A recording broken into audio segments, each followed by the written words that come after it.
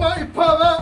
Listen, mate, we're not here to cause a problem, yeah? We just want a word with you. Open the door, mate. We want to know if you want this why that girl at the age of 14 was groomed.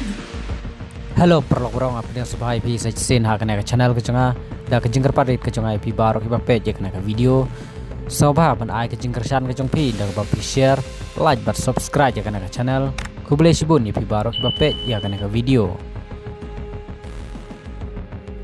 ki khynhun sik ha UK kila ya ki persya ya wei bureu na Pakistan namar ke jingle bor ya ke wei ke kena ke badang khat saus nem karta hau benai ke lalengkot arhajar punreu ka khynhun sik ha Hounslow West London kilaya paidbah ban pelaj im ya kawe kena kentei ka badang khat saus nem karta ka bala syara bor ha we ubriu u badai na Pakistan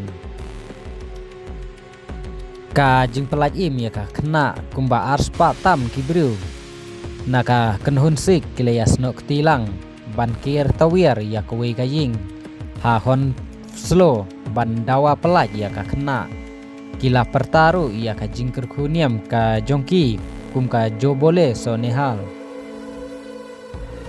ka jingkeno ka imlang salang ka keno ba uwe ubru ubala laipo lan ne saupo snem karta ulah temu ban pensyoi bat penbor ia kane kena ki donru ki jingkeno ba kane ka kena kala syale bor ha ki kato kat nengut kibriu kum kita gi grominggang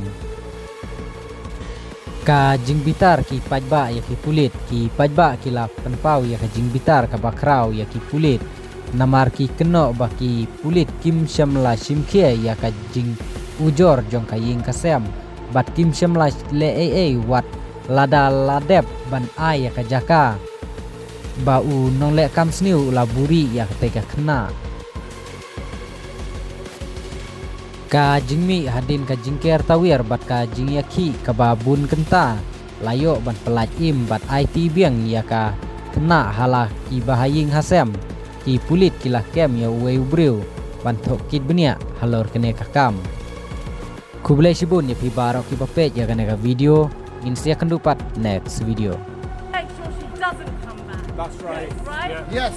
Every time, no paedophiles. We've said to them, I've just spoken to 4 or 5 ladies in there.